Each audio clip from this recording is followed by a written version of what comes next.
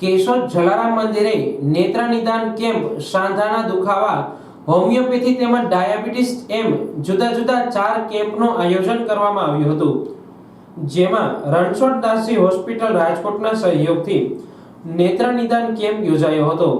કેશોદ જલારામ મંદિરે છેલ્લા ઘણા વર્ષોથી યોજાતા નિઃશુલ્ક નેત્ર નિદાન કેમ્પમાં અત્યાર સુધીમાં 319 જેટલા નેત્ર નિદાન કેમ્પ યોજવામાં આવ્યા છે, જેમાં લગભગ 22,763 જેટલા મોતિયાના free operation Ranchhoddasji hospital Rajkot દ્વારા કરવામાં આવ્યા છે।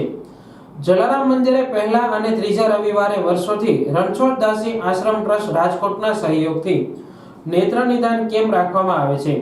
ગત રવિવારે યોજાયેલા કેમ્પની શરૂઆત કેમ્પમાં પ્રસાદ ભોજન દાતા પ્રવીણભાઈ નરસિંહભાઈ હૃદવાણી ફેમિલી, જલારામ મંદિરના ટ્રસ્ટી દિનેશભાઈ કાનાબાર, રમેશભાઈ પરિતોષ પટેલ, ડોક્ટર ભૂમિ વણપરિયા, મામલતદાર ત્રિવેદી સાહેબ દ્વારા દીપ પ્રાગટ્ય કરી કેમ્પ ખુલ્લો મૂકવામાં આવ્યો હતો।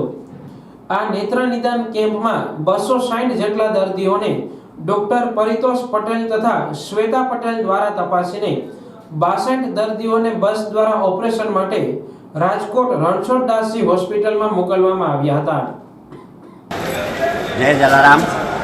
જલારામ મંદિર કેશોદ દ્વારા પહેલા અને ત્રીજા રવિવારે આઈ કેમ્પનું આયોજન કરવામાં આવે છે, જેની અંદર મોતિયાના દર્દીઓને સારવાર અર્થે આવવાનું હોય છે।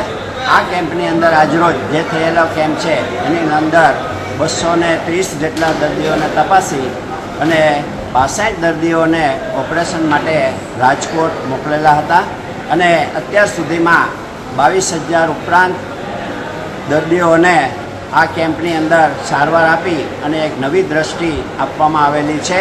આજરોજ કેમ્પની અંદર ભોજનદાતા તરીકે પ્રવીણભાઈ હદવાણી મોવાણાવાળા હતા અને એમના દ્વારા સંપૂર્ણ આજનો ભોજનનો ખર્ચ ઉપાડવામાં આવેલો હતો। જય જલારામ।